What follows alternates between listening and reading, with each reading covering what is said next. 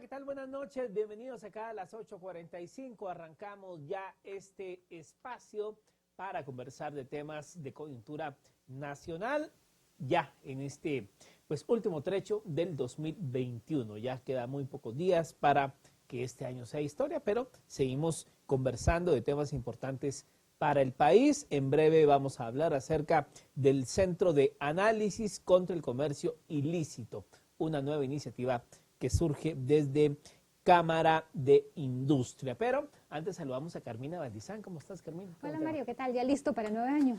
Ya listo para recibir el 2022. A ver qué sorpresas nos trae. Al menos estamos vivos, ¿no? Estamos vivos, no nos hemos enfermado aún. No nos hemos enfermado. Es muy positivo Sí. para el conteo global. Y la ventaja es que terminábamos, ¿te recordás? Terminábamos el 2020 sin vacunas. Así es.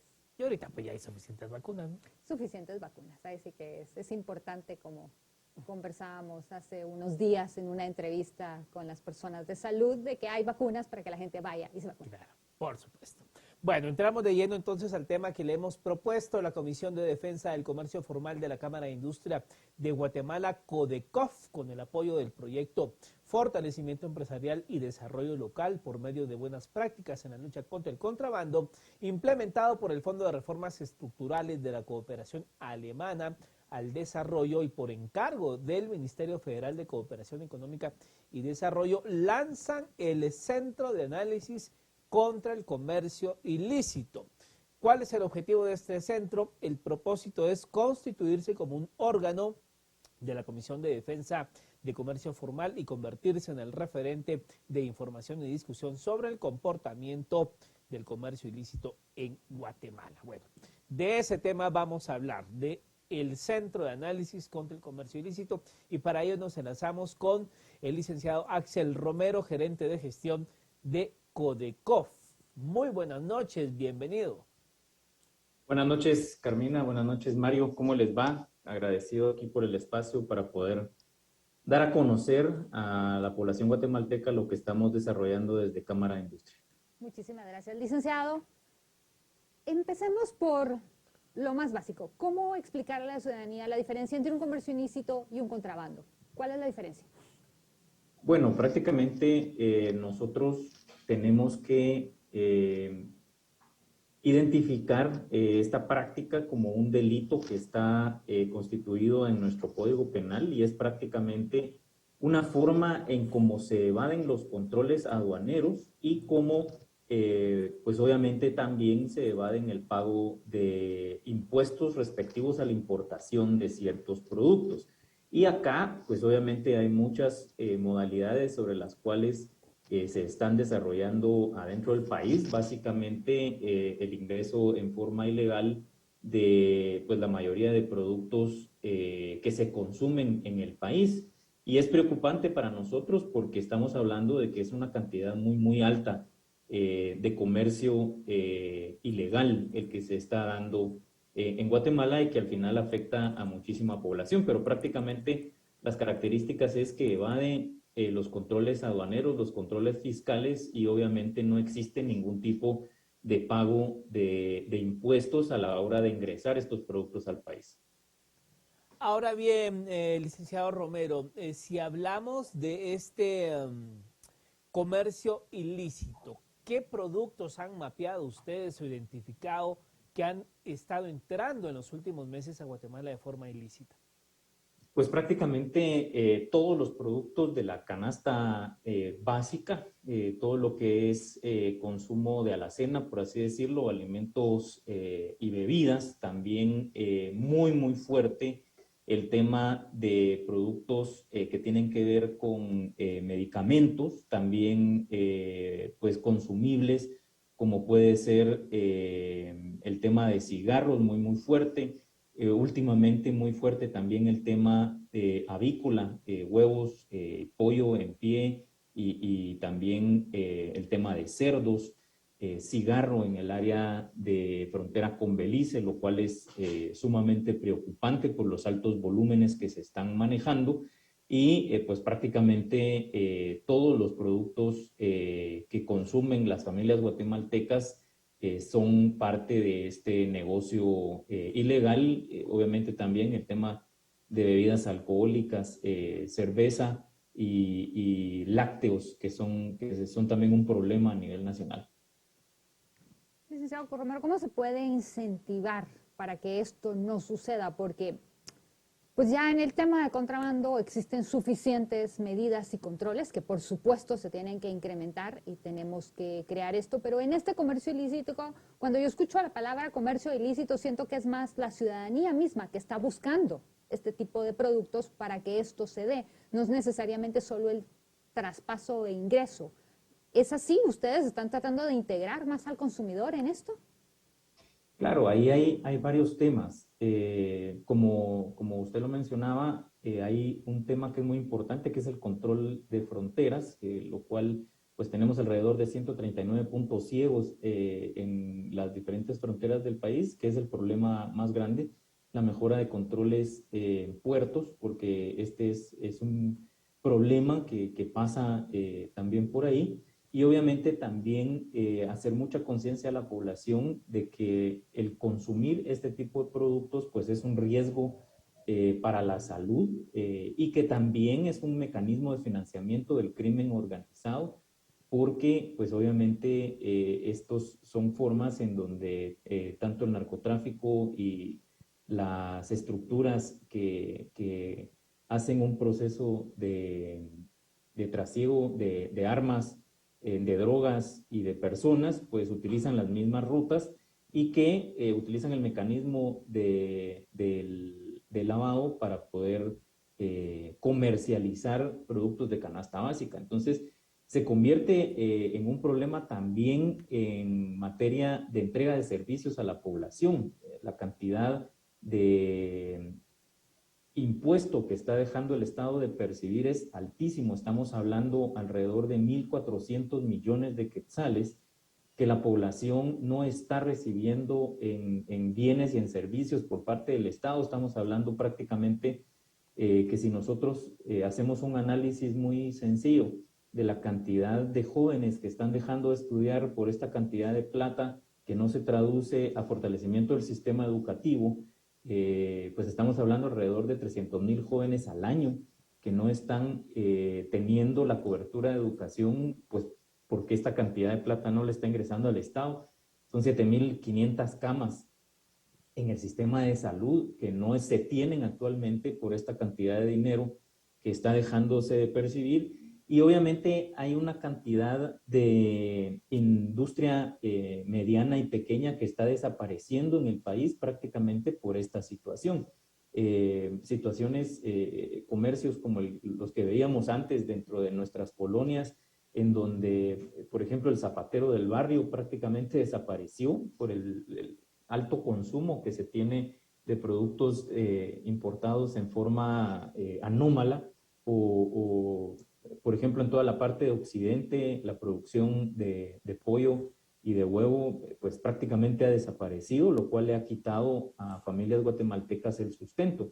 Entonces, mucho más allá de solamente tener los controles fronterizos por parte del Ejército de Guatemala, de la SAT, de la Policía Nacional Civil y del Ministerio Público, pues obviamente nos preocupa el tema de la salud de los guatemaltecos. Nosotros tenemos conocimiento, por ejemplo, del trasiego de lácteos y de productos avícolas que pasan pues prácticamente semanas a la intemperie, poniendo en alto riesgo a la población por el consumo de este tipo de productos que no tienen ningún control en el momento en que son trasladados, ¿verdad? Entonces aquí tenemos riesgos de diferentes niveles, el que es directamente al consumidor, porque está consumiendo un producto de mala calidad, alterado muchísimas veces, también el riesgo de la pérdida de servicios a nivel nacional y la pérdida de empleo formal, que al final de cuentas se convierte en un riesgo para toda la población. Ahora bien, que se habla mucho de la ribera del Suchate, la frontera entre Guatemala y México, donde pues bueno, ya es parte del panorama ver estas balsitas con cualquier cantidad de productos que pasan de el lado mexicano al lado guatemalteco. todos los días, a cualquier hora, uno puede ver la cantidad de producto que pasa y pues bueno, de este lado para allá pasan, pero personas que se quieren ir a Estados Unidos. ¿Es ese punto, digamos, el más vulnerable en cuanto a este tema de contrabando y producto ilícito? ¿O hay, digamos, otras regiones del país que tal vez no son tan mediáticas como esta? Sí, ahí prácticamente yo creo que este punto se ha hecho mediático porque la evidencia y el acceso que se tiene a ver de forma visible el problema es muy grande, pero por ejemplo, una de las fronteras de las que no se habla mucho y que definitivamente es sumamente problemática es la que tenemos con Belice. La información que nosotros tenemos es de que, por ejemplo, en el comercio de cigarrillo, el 35% del mercado nacional es ilegal. O sea, el 35% del cigarro que se consume en Guatemala es ilegal y entra por esta frontera. Y aquí, pues obviamente nos preocupa mucho porque no estamos hablando de ese trasiego hormiga que muchas veces pudiera o se ha tratado de justificar bajo la sobrevivencia y del consumo para la subsistencia, que obviamente sí nos preocupa mucho, pero las características que está tomando el trasiego tanto de cemento, por ejemplo, que viene de Turquía y de China, como del cigarro que viene de Corea, que obviamente entra por el lado de Izabal y la frontera con Belice, nos hace pensar de que ya no es solamente el tema del trasiego hormiga el que nos debe de estar preocupando, sino que son estructuras sumamente fuertes que tienen también otros negocios a la par y que están metiendo sus productos en cantidades que hacen, pues obviamente, peligroso el clima de negocios para Guatemala, porque pues prácticamente es una vulnerabilidad con la cual no se había visibilizado antes y que está entrando cualquier cantidad de productos. Es más, la mayor cantidad de producto decomisado, según los datos de la Superintendencia de Administración Tributaria, pues es el tema del cigarro. Y esto nos habla, pues obviamente, de que la cantidad de trasiego es en esa misma proporción en relación a las demás actividades delictivas. Y esto lo encontramos ahí, en esa frontera porosa de Guatemala con Belice. Y son unos volúmenes que solamente pudieran ser movidos por medio del crimen organizado y pues obviamente con una porosidad muy fuerte ahí en esa área.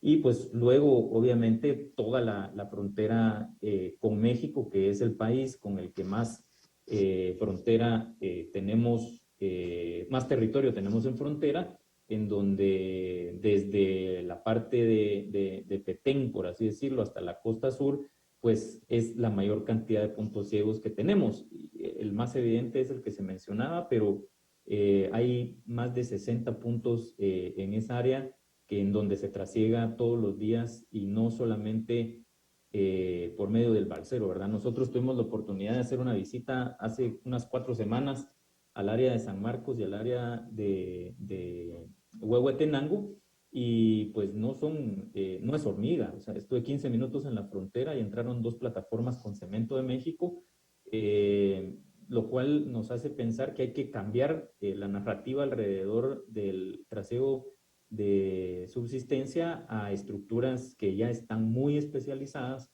que están muy fortalecidas y que trasiegan en plataformas.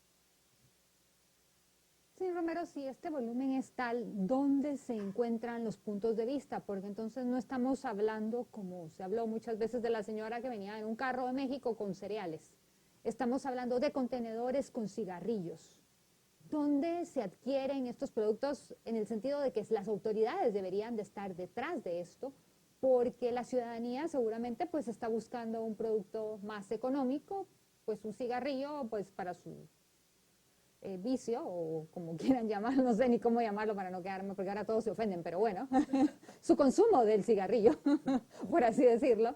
están buscando otras opciones. Entonces, creo que aquí hay un tema mucho, no solo de hacerle ver a la gente, pero si ya son volúmenes tan grandes, no es una persona en particular que es la que está propiciando esto, sino que si son organizaciones, las autoridades y todo el sistema tiene que estar prevenido realmente. Y es que esa es la preocupación sobre la cual pues nos provoca crear este sistema de medición que le dé seguimiento a las estructuras, que acompañe a las instituciones en su fortalecimiento, que obviamente apoye en los procesos de mejoramiento de capacidades, como lo que nosotros estamos planteando, generando procesos formativos con la Escuela de Estudios Judiciales, con el personal de investigación criminal y delitos contra el patrimonio, también con la Policía de Puertos y Aeropuertos, también con la Policía de la Subdirección de Antinarcóticos, con la misma SAT, en donde estamos proponiendo darles cursos de formación constante y permanente para garantizar de que tengan las mejores herramientas, porque nosotros creemos que definitivamente la única forma en que esto se puede ir reduciendo es haciendo un trabajo conjunto, tanto con información que el sector privado pueda proveer a las autoridades, como mejorando las capacidades de las autoridades para poder reaccionar. Porque, pues, tiene usted razón, no solamente es ahora un riesgo de comercio, es un riesgo de seguridad nacional. O sea, ¿cómo es posible que el 35% de un producto se esté vendiendo a nivel nacional? Y hay un estudio muy interesante, por ejemplo, que hacen las compañías fabricantes de cigarro, en donde van a prácticamente las cabeceras departamentales y se hace un análisis de la basura, en donde se contabilizan las cajetillas que están dentro de la basura, y por eso se puede determinar la cantidad de consumo que se está teniendo de productos que son de contrabando, porque se conocen las marcas, se conocen las cajetillas, se conoce el origen de esta fabricación. Y ahí es en donde se saca el dato del 35% del mercado inundado por estas estructuras. Entonces, no se trata solamente de ver como la parte esta en donde es de subsistencia, sino empezarnos a dar cuenta de que el país está a merced. Creo que después del narcotráfico, el contrabando es el problema que nos tiene en mayor vulnerabilidad a nivel regional, porque las estructuras han encontrado una porosidad dentro de nuestras fronteras en donde el producto puede moverse muy fácilmente y por lo tanto la plata también. Entonces, ¿en dónde encontramos estos productos? Estamos hablando de que en el área de Petén e Izabal el 80% del cigarro que se consume es de contrabando. El 65% del consumo de pollo y huevo en Huehuetenango, San Marcos, es de contrabando. ¿Dónde lo encontramos? En los mercados cantonales, en las tiendas de barrio, no digamos si hacemos un barrido o una visita a la terminal, a la Quinta Samayoa o a cualquiera de los mercados cantonales de la ciudad de Guatemala inclusive, no digamos en Xela o en las cabeceras departamentales de los departamentos que están en el área de frontera, nosotros vamos a encontrar el contrabando pues ahí sin esconderse demasiado. O sea, hicimos esta visita a la frontera con Huehuetenango, vimos cómo cargaban 2 plataformas de huevo del lado mexicano, 4 camiones de placas guatemaltecas, y las mismas cajas que sabemos que son de contrabando. Al día siguiente pues fuimos al mercado de la terminal en Quetzaltenango y ni siquiera le cambian la caja ni le cambian los cartones a los productos. O sea, están a la vista, con muy poco control por parte de las autoridades. Prácticamente no existen mucho intervención a las áreas de mercados o negocios. Prácticamente la mayoría de lo incautado es en carretera y en aduana. Entonces, tenemos que fortalecer la institucionalidad. El objetivo de tener este centro de análisis es porque, digamos, nosotros ahorita hicimos una app en plataforma Android para nuestros agremiados, y ellos nos están colocando información de dónde se está vendiendo el producto, cuáles son las rutas, en dónde se están haciendo los trasiegos, dónde son los municipios en donde hay más alto cantidad de los productos, y eso necesitamos que la autoridad lo conozca para que poderlos orientar en los esquemas en donde ya debemos transitar a una investigación de caso por caso, a una investigación de estructuras que queda demostrado que cambia completamente la dinámica en el proceso de persecución. Eso ya pasó con las drogas, eso ya pasó con el tema de las extorsiones, eso ya pasó con los temas de investigaciones especializadas, y lo que nosotros estamos provocando ahora con varios actores y alianzas estratégicas que se han conformado es precisamente ahora trasladar todo ese conocimiento que tiene el Ministerio Público a la Fiscalía Especializada contra el Contrabando, a la Policía de Puertos y Aeropuertos, a las unidades especializadas de la SAT y obviamente a las autoridades locales, que es en donde la problemática se vuelve un poquito más complicada. Ahora bien, también hay que hablar de otro factor, y ya más o menos lo mencionaba Carmina, pero hay que hablar de digamos, no quisiera calificarlo como apoyo, pero recuerdo unas imágenes precisamente ahí en Tecunumán de la población completa escoltando un camión que estaba ingresando producto de contrabando, incluso pasaron atropellando a unos agentes de la PNC, pero era la población abriéndole paso al camión con producto de contrabando. En ese sentido, ¿qué se puede hacer para trabajar también con la población? Bueno, ahí también hay que entender otro tema, la falta de cobertura en algunos casos de los servicios que permiten generar desarrollo dentro de las localidades, pues es una constante, y parte del trabajo de lo que nosotros estamos haciendo es tratando de identificar alternativas que permitan que la gente consiga de forma lícita, de forma legal, su subsistencia. O sea, no podemos voltear la cara hacia una realidad, y es de que mucha gente encuentra dentro de estos mecanismos una forma de subsistencia. Entonces, también tenemos que ir a generar alternativas para que la gente pueda utilizar su creatividad, utilizar su esfuerzo y su empeño en otro tipo de actividad. Y en este sentido, Cámara de Industria, pues estamos desarrollando un programa cuyo objetivo es precisamente hacer alianzas estratégicas para el desarrollo a nivel local. Llevarles oportunidades a los jóvenes en el sentido de mejorar sus emprendimientos o generar sus emprendimientos, formar y capacitar a la gente para que entren a procesos de formalidad, a procesos productivos legales y formales, y generar condiciones que ayuden para que la población pues tenga opciones. Obviamente, competir con los incentivos ilícitos es muy fuerte, pero sí creemos de que en la mayoría de los casos la población guatemalteca lo que necesita es cierto apoyo para que pueda encontrar los mecanismos adecuados. Actualmente, tanto en el tema de droga como en el tema de crimen organizado, pues ellos tratan de utilizar a la población como una escudo ante la autoridad, y lo hemos visto repetidamente en donde población pues a veces se pone en medio del proceso de una incautación, incluso de droga.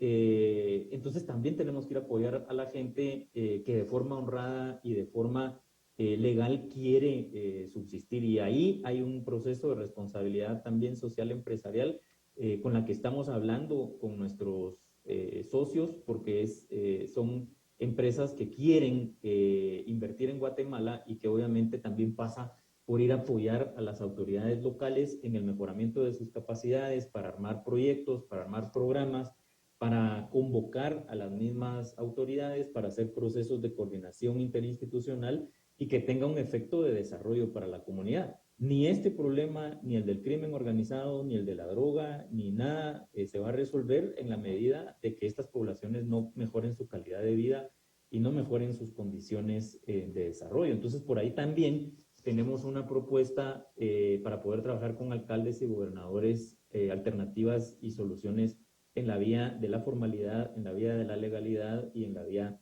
de mejorar condiciones de vida. Y ahí también vamos a estar trabajando fuerte con procesos de la unidad de análisis que estamos formando y que estamos tratando de acompañarnos también de la academia. Por eso se presenta esta unidad de análisis en conjunto con el apoyo de universidades, con el apoyo de tanques de pensamiento, a efecto de que tenga un sentido de respaldo también en estas áreas. Licenciado Romero, y esto que usted menciona es importante porque es esta ausencia del Estado la que hace que este crimen organizado, y como usted nos está indicando, este contrabando está ingresando precisamente por volúmenes que no dan lugar a duda que es organizaciones criminales grandes.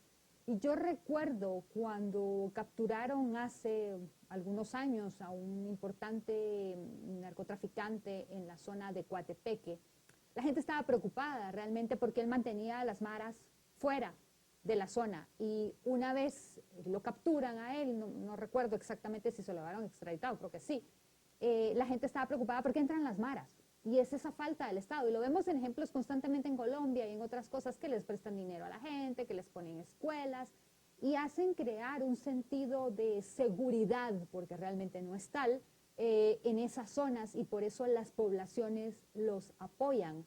Pero esto es una cosa de falta de Estado totalmente en esas comunidades. Lo vemos con el tema de las invasiones en el Estor y demás. Ellos están apoyados por estos grupos. Lo que pasa es que no hay ausencia de poder dentro de las localidades. Cuando el Estado deja de cumplir esa función, alguien más la asume.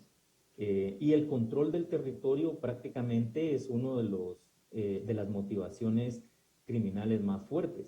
Entonces, se convierten en personas, en casi padrinos, ¿verdad? Que tienen que ganarse a la población y la utilizan como escudo para no ser perseguido.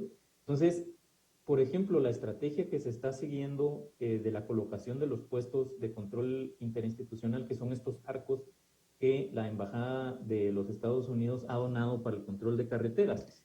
Esta es una estrategia que una de sus funciones es, obviamente, el control del punto en donde está la carretera, pero mucho más allá es el acercamiento, el fortalecimiento de la capacidad del Estado para poder reaccionar, y la colocación de núcleos tanto del Ejército como de la Policía Nacional Civil, acercándolas a donde está la problemática.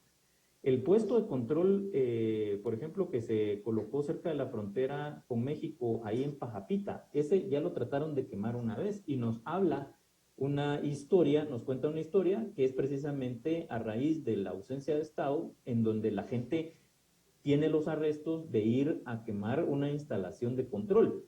Entonces, estos 6 puestos que han sido colocados este año de control interinstitucional por SAT, Policía Nacional Civil, Ejército de Guatemala, tienen un sentido también de recuperación territorial, porque los 6 que se coloquen el año entrante, que es el objetivo que se ha trazado en conjunto en esta coordinación, pues ya van a ir en puntos que están un poquito más cercanos a esta ausencia de Estado, y en donde poco a poco tenemos que ir recuperando el control de esas áreas sobre las cuales pues actualmente es muy difusa la presencia institucional. Entonces, el trabajo para la erradicación de esta problemática parte por combinar muchas cosas. Primero, entender de que no es el balsero que está con sus llantas infladas pasando las cosas por el suchiate.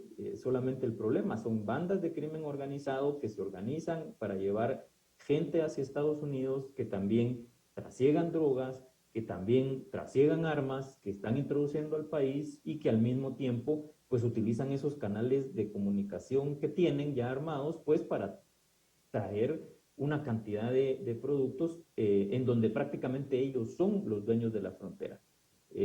Cuando los hemos ido a visitar, pues no hay autoridad en los puntos que se llaman ciegos, porque si ya sabemos dónde están, pues no son tan ciegos, y son ellos los que están en el área de Huehuetenango, por ejemplo, es el narcotráfico el que tiene el control de la cadena para poder dejar pasar a la gente de ida y de vuelta.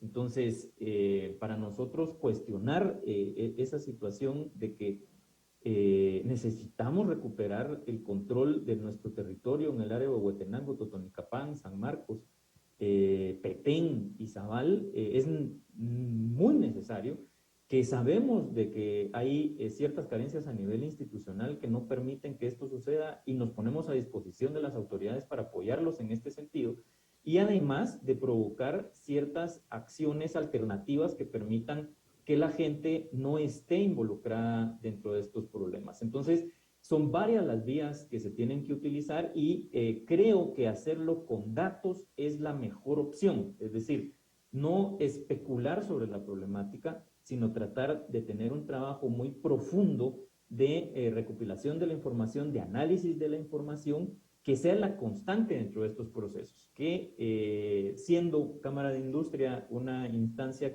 que logra mayor permanencia dentro de sus políticas, ser el ente que tenga ese receptáculo de información da cierta garantía que el seguimiento de las acciones va a poder darse en el tiempo, que creo que ese es uno de los problemas que tenemos a nivel nacional, que el cambio constante dentro de los liderazgos en la administración pública, pues hace que la toma de decisiones no sea de mediano y largo plazo como necesitamos que sea. Y ya de cara, digamos, al 2022, ¿cuáles van a ser las primeras acciones o líneas de trabajo del Centro de Análisis contra el Comercio Ilícito? ¿Cuáles son, digamos, los principales retos que se han planteado como acción para este 2022? Para nosotros, básico el proceso de fortalecimiento institucional. Estamos poniendo a disposición de Policía Nacional Civil, de Ministerio Público, de SAT y de organismo judicial una serie de formaciones y capacitaciones que permitan la mejora de herramientas para poder trabajar la temática. Y algo muy importante que para nosotros va a ser clave es obviamente todo el tema de controles y confiabilidad dentro de las instancias para lograr la transparencia y para lograr la integridad de las personas que están dentro de las entidades especializadas. Por otro lado, pues obviamente hacer un análisis fuerte de la información, no solamente de cuánto se incauta y en dónde, sino saber dónde están los nudos problemáticos del sistema de justicia alrededor de este problema.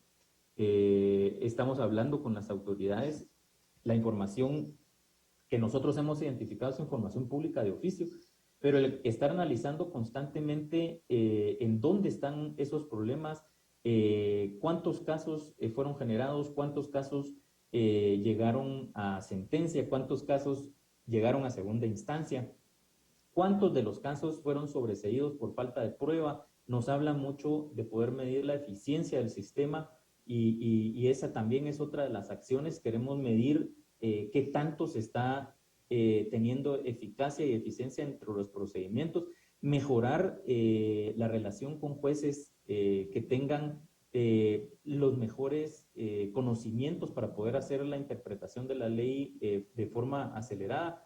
A veces pasan 6 meses sin hacer un proceso de destrucción de mercadería y eso es un problema para todo el sistema. Y pues obviamente hacer procedimientos de apoyo logístico para las instituciones, en donde ponemos a disposición de las mismas pues toda una serie de capacidades desde las empresas que forman parte de nuestra comisión para poder apoyar las cuestiones operativas y el apoyo logístico para las instituciones, que lo hemos estado haciendo y que definitivamente vamos a continuar. Entonces, básicamente se va en la línea del fortalecimiento de las instituciones para conseguir mejores resultados, el análisis de la información para encontrar en dónde podemos hacer esas mejoras y pues obviamente el planteamiento que estamos haciendo para transformar la ejecución de la Política Nacional de Prevención y Combate al Contrabando y la Defraudación Aduanera en un programa con actividades que sean medibles y sobre las cuales podamos obtener mejores resultados, que es una propuesta técnica que le estamos haciendo a la Superintendencia de Administración Tributaria. Entonces, son varias las líneas, vamos a seguir apoyando muy, muy fuerte la instalación de los puestos de control interinstitucional por parte de SAT y el gobierno de los Estados Unidos. Y pues obviamente creo que la parte más importante es esta de análisis de la problemática para la toma de decisiones basada en evidencia. Ahora bien, licenciado Romero, con esta data, con esta información, con estos datos que se arrojen, ¿estarán disponibles al resto de la ciudadanía? Porque yo creo que uno de los principales aportes que se pueden hacer desde este centro es dar a conocer, y en Guatemala siempre que se tiene que sacar estadísticas de algo, o siempre que preguntan, no hay suficientes personas generando esta data, estos datos. Sí, Sí. nosotros lo que estamos haciendo es pues haciendo el acopio de esta información que es de carácter de acceso público, haciendo la sistematización y pues vamos a tener una página de internet en donde la población va a poder revisar estos informes que pensamos hacer de forma periódica para que vayan entendiendo. Y otra de las cuestiones, traduciéndolo al lenguaje que sea entendible para la población también, ¿verdad? No cualquiera tiene un conocimiento económico, por ejemplo, para entender las cifras, pero sí vamos a hacer una traducción de qué significa este proceso, como les digo. O sea, plantear de que son 300,000 jóvenes fuera del sistema educativo lo que estamos perdiendo, pues obviamente le dice algo al consumidor. Y pues obviamente ahí vamos a estar colocando también las alternativas y los lugares en donde Cámara de Industria va a estar haciendo propuestas de trabajo con los alcaldes y con los gobernadores, en donde esperamos que sea una acción de doble vía, y porque realmente la problemática es tan grande que creo que debemos atacar varias áreas al mismo tiempo. Y digamos, en este sentido, ¿cree usted, bueno, no queremos tampoco señalar a nadie, pero cuando uno ve la gran cantidad de ilícitos, de productos que ingresan, uno llega a pensar, bueno, más de alguna componenda tiene que haber en puntos fronterizos con autoridades policiales o con autoridades militares o gente de aduanas. Alguien tiene que estar involucrado. Pues yo creo que eso es parte también de la ausencia de Estado. O sea, ¿qué tanto puede hacer una subestación de un municipio fronterizo con 9 policías en plantilla, en 3 grupos? Pues obviamente tiene que haber un proceso de fortalecimiento institucional en estos territorios, porque prácticamente este abandono se refleja ahí. Y muchas veces las autoridades no les queda otra que voltear a ver a otro lado, dejar hacer y dejar pasar, como comúnmente se dice. Entonces, el objeto también de este observatorio o de este centro de análisis, pues es poner los puntos sobre las IES y reflejar la dinámica real que está sucediendo y pues poner un poquito la sal sobre la llaga para llamar la atención de las autoridades y sentarnos con ellos a trabajar en soluciones. Licenciado Romero, me surge una pregunta sobre el centro, y por eso en un inicio le preguntaba cuál era la diferencia entre comercio ilícito y contrabando, y ahora a lo largo de la entrevista pues entiendo que estamos hablando de lo mismo, solo que es una forma de llamarlo por parte de ustedes para el centro. Sin embargo, una de las cosas que se ha cuestionado, y le voy a poner un ejemplo con el Ministerio de Salud, es haber cambiado inmunización por vacunación. La gente entiende lo que es vacunar a los niños, pero en muchas comunidades decirles inmunización era como hablarles de otra cosa. ¿Ustedes creen que es correcto que si estamos hablando de contrabando decirle comercio ilícito? O por eso preguntaba si había una diferencia realmente central, porque la mayoría de gente dice, no compres eso porque es de contrabando, pero si yo vengo y les digo no compres eso porque es comercio ilícito, ¿me entienden? No sé si es, aparte para educar a la población, si vamos a entrar en ese detalle. También hay que tomar en cuenta que el contrabando es solamente un fenómeno del comercio ilícito. Además del contrabando tenemos la defraudación aduanera, tenemos la piratería, tenemos la adulteración, que son otros fenómenos que están dentro de ese gran paraguas a la que nosotros le llamamos comercio ilícito, o sea, que es todo lo que es ilegal. El tema de contrabando es quizá el más conocido, pero nosotros no queremos concentrarnos solamente en el efecto del contrabando, sino también todas esas competencias desleales que se generan por otra problemática que está dentro de los procesos de comercio ilegal, como puede ser la piratería, la adulteración y otras temáticas que también vamos a seguir trabajando. Lo único es de que lo concreto que es el contrabando nos permite hacerlo un poquito más entendible y por eso pues de la dinámica que más se habla es precisamente el contrabando, pero no solamente vamos a perseguir esa dinámica, sino vamos a tratar también otros temas que están dentro de ese paraguas que se le llama comercio ilícito, que no son solamente el tema de contrabando. Y por el otro lado, pues también tener un lenguaje que hable más en forma positiva es algo que lo hace un poquito más digerible en aquellas comunidades en donde la problemática, pues como lo platicamos, se convierte en un mecanismo de subsistencia. Pero el llamarlo de otra forma no es solamente pues algo de lenguaje o algo que sea gramatical, es porque la problemática va mucho más allá del contrabando y tiene otras dimensiones de otros delitos que también los podemos encajar en la problemática de comercio ilegal y a la cual le vamos a estar dando seguimiento también en el centro de análisis. Gracias por haberme aclarado, porque no me había quedado duro y claro, perdón, y me alegra muchísimo porque ahora nuestros televidentes pueden entenderlo mejor. Muchas gracias, Mario. Sí, licenciado Romero, ya vamos entrando en los últimos minutos de la entrevista. ¿Hay, digamos, alguna medición, alguna cifra o cantidad que se pueda medir el impacto en cuanto a impuestos que deja de percibir el Estado, por ejemplo, en todo este tema de comercio ilícito?